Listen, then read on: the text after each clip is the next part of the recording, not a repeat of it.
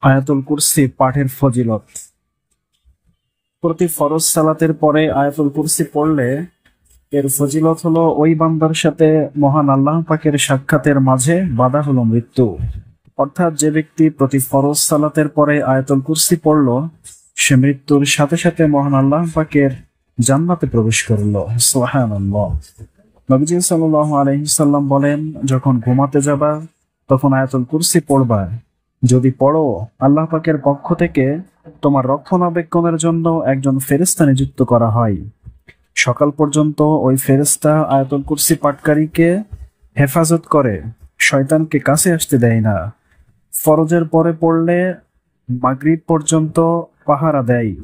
জাদুটোনা, বান, কালাজাদু এই সমস্ত ক্ষতি থেকে মহান আল্লাহ পাক আয়াতুল কুরসি পাঠকারীকে হেফাজত করেন। শয়তান, বজ্জিন কোনো প্রকার ওয়াসওয়াসা দিতে পারে না। বজ্জিন কোনোভাবেই প্রভাব বিস্তার করতে পারে না। নিয়মিত আয়াতুল কুরসি পাঠ করলে মহান আল্লাহ রব্বুল আলামিন এই রকম ফজিলত দান করেন।